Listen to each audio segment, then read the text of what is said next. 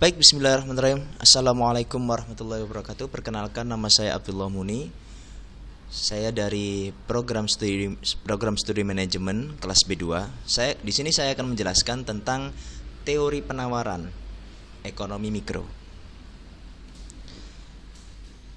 Di dalam ekonomi mikro terdapat dua hal, yakni ada permintaan dan penawaran.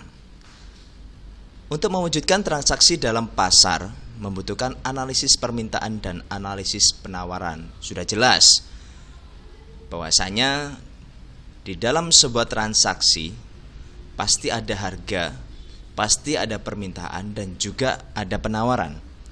Nah, hal apa saja yang diperhatikan penjual dalam penawaran? Yang pertama yaitu harga barang, yang kedua harga barang-barang lain, yang ketiga biaya produksi, yang keempat teknologi, yang kelima intervensi pemerintah dan pajak, yang keenam tujuan-tujuan perusahaan, yang ketujuh adalah keadaan alam.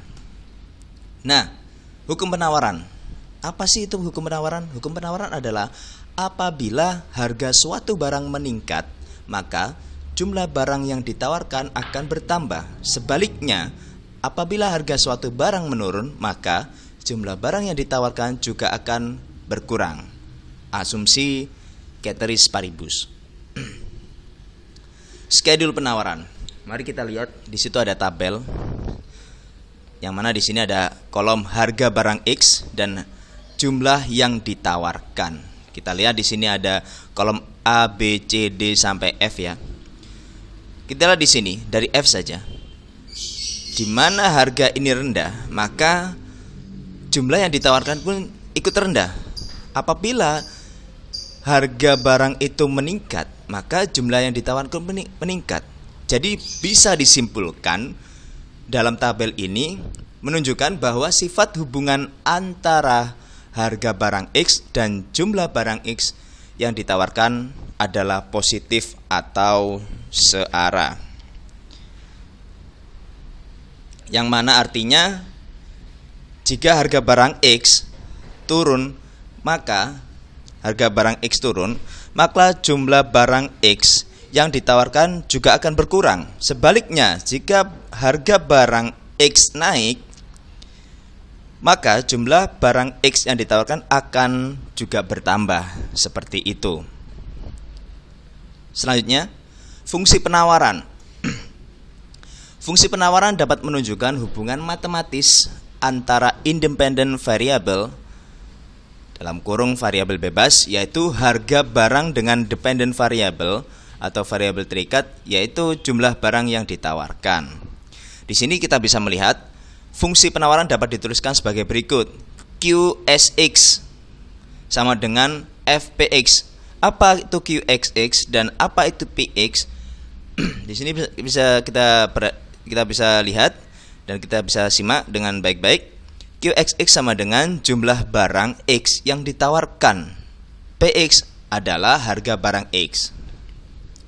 Selanjutnya, pergerakan kurva penawaran. Kita lihat di sini ada pergerakan ya, dari A ke C, dari $1 ke $3 dan dari 1 ke 5.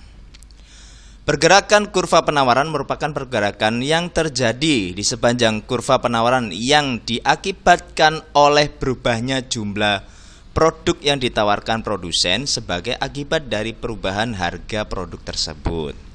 Sudah jelas ya? Jadi masih berkesinambungan dengan page yang sebelumnya, bahwasanya harga mempengaruhi jumlah barang yang ditawarkan.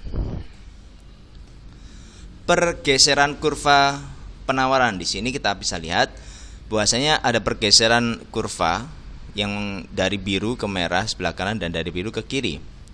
Pergeseran ini terjadi karena berubahnya jumlah produk yang ditawarkan produsen sebagai akibat dari berbagai faktor kecuali faktor harga produk tersebut. Nah, apa faktor yang akan menyebabkan pergeseran dari kurva penawaran?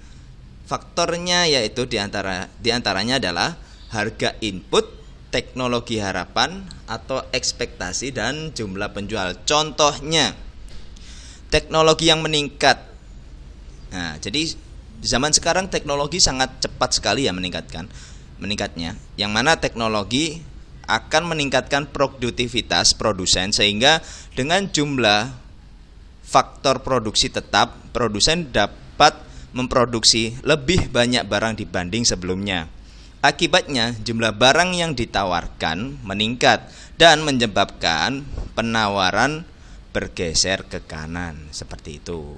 Contoh salah satu contohnya. Selanjutnya kesimpulan. Maka kesimpulannya adalah pergerakan di sepanjang kurva penawaran disebabkan oleh harga produk yang bersangkutan. Yang kedua, pergeseran kurva penawaran disebabkan oleh berbagai faktor selain harga produk tersebut. Demikian presentasi dari saya. Semoga bermanfaat. Terima kasih.